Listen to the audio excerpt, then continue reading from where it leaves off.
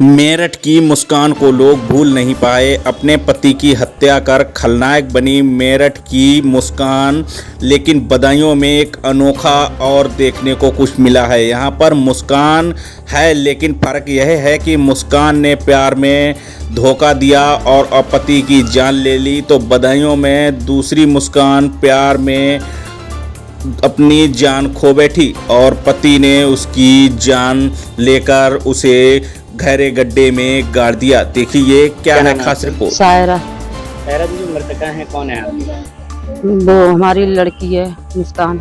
मुस्कान के साथ क्या घटना हुई थी? मुस्कान के साथ में ही होगा सर। मुस्कान रहती थी रिजवान के पास में ही घर पे बदायूं कमरे पे, उसी के साथ रहती थी, उसी मारता पीटता था और उसको मार के गला। रिजवान ने शादी कर ली? हाँ, रिजवान के संग शादी कर ली थी, इसके साथ में रहती थी, शादी करके अपनी लव मैरिज में शादी करी थी सर, और उसको गला घोट के मार दिया। कितने दिन के बाद आज? 1 महीना 10 दिन हो गए सर। पुलिस ने मेरी सुनी नहीं, मुझसे हम गंदे गंदे सवाल करे, आप लोग नाचने गाने वाले हो, धंधे वाले हो। मनोज सर हुआ जी ने उनकी शिकायत आपने की? जी, हमने शिकायत करी, फिर यहाँ तो किसी ने ना सुना था। हम बरेली गए थे आई जी के पास में, तो उधर से आए और से दातागंज में बब्बू विधायक से कही, हम रो के तब उनने करा। तो जब वो नाचने गाने वाली बात करते तो आपने ये नहीं कहा कि नाचने गाने वाले इंसान नहीं? हाँ, मैंने ये बोला था हमें कि नाचने गाने वाले का इंसान नहीं है, मैंने कहा था हमसे सर। उन्होंने एक बरेली भी जाके आपको एसएसपी या एडीजी के पास भी कोई न्याय की उम्मीद नहीं? कोई उम्मीद नहीं थी। क्या क्या घटना हुई थी, किस तरह से पता चला? सर हमें तो 1-1.5 महीने बाद पता लगी है सर। अभी बॉडी मिली थी सर, 19 तारीख से लापता हैं। आप लोग लगातार पुलिस के संपर्क में रहे, पुलिस ने कोई कार्रवाई नहीं? बहुत लेट कर दी पुलिस ने। कैसे पता चला? आज सर से पता लगा है, फ़ोन किया था, हमारा फ़ोन पहुंचा था थाने से कि आ जाओ यहाँ पर। ये रिजवान कैसे रहता था मुस्कान के साथ? क्या तो मारता पीटता था, वो काफ़ी दिनों से मारता था। इसने पहले से ही प्लानिंग बना रखी थी मारने की।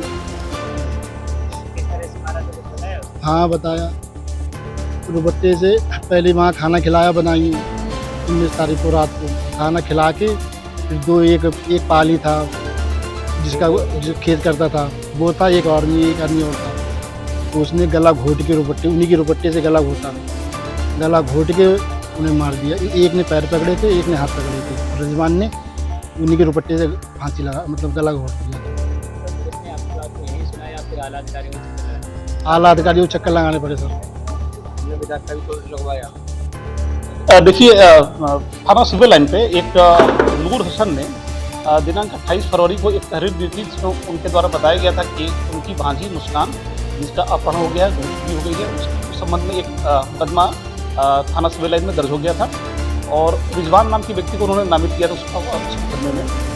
इस पूरे प्रकरण को जब विवेचना की गई, जब पूछताछ की गई और इसमें आगे कार्रवाई की गई, तो ये पता चला कि रिजवान ने ही अपने 2 साथियों राधे श्याम और राम अवतार की मदद से मुस्कान को उझानी में एक नरों के जंगल में ले गया और वहाँ उसने गला घोट कर उसकी हत्या कर दी। वहीं बगल में उसने गड्ढे खोदकर उसको दफना दिया था।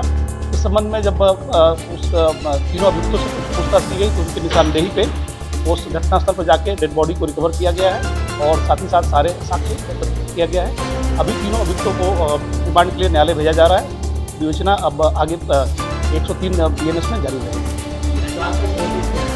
देखिए, मोटिव अभी जो है वो रिजवान के द्वारा ये बताया जा रहा है कि ये महिला मेरे साथ थी, हम दोनों के संबंध थे और इस महिला का एक बच्चा भी था, जिसकी परवरिश के लिए रिजवान 10,000 रुपये के आसपास देता था, जैसा कि रिजवान ने बताया है, और महिला की डिमांड 40,000 के आसपास थी। तो इस बात को लेकर दोनों के बीच झगड़े होते थे और संभवतः कुछ और भी बात रहे होंगे जिसके दोनों के बीच कॉन्फ्लिक्ट रहा होगा। रिजवान का कहना है कि मैं इसी बात से तंग आकर इस महिला की मैंने अपने दोस्तों की मदद से हत्या कर दी।